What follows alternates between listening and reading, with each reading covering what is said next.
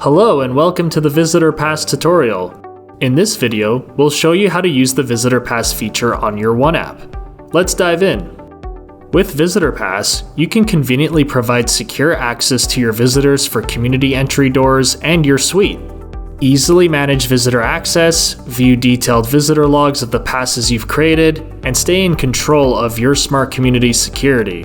Let's get started and explore how you can make the most of this feature. On your One app home screen, navigate to the Visitor Pass section. On the Visitor Pass main page, you'll see two tabs, Visitors and Invite History. The Visitors tab displays all your visitor passes and their statuses in one place: active, deactivated, and expired. Active passes are the current ones in use.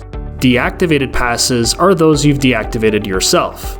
Expired passes are those that have exceeded the duration you set for your visitors. You can modify all your visitor passes by editing, deactivating, or removing them. To easily find specific visitor passes, click the filter button and apply your desired filters. Under the Invite History tab, you'll see a list of all the visitor passes.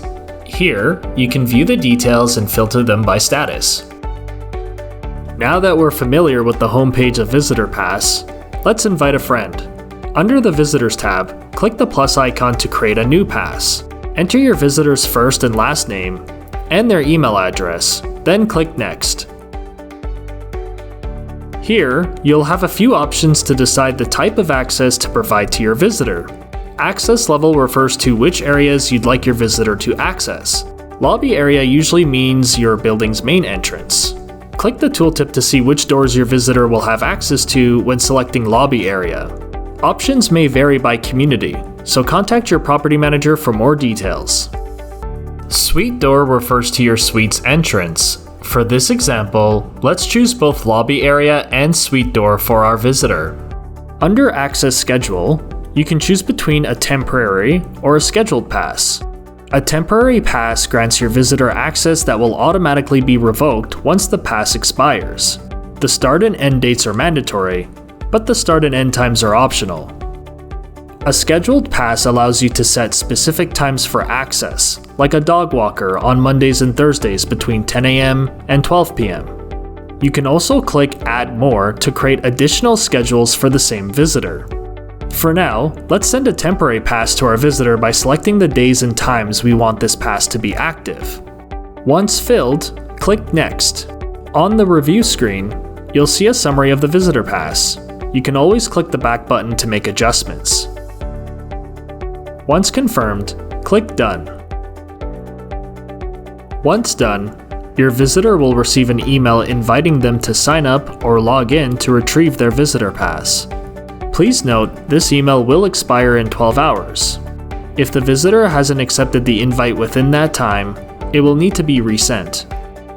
Signing up is easy. Your visitor simply enters their details to create a SmartONE account. Be sure to remind them to use the same email address they shared with you. This way, they can easily access their visitor pass.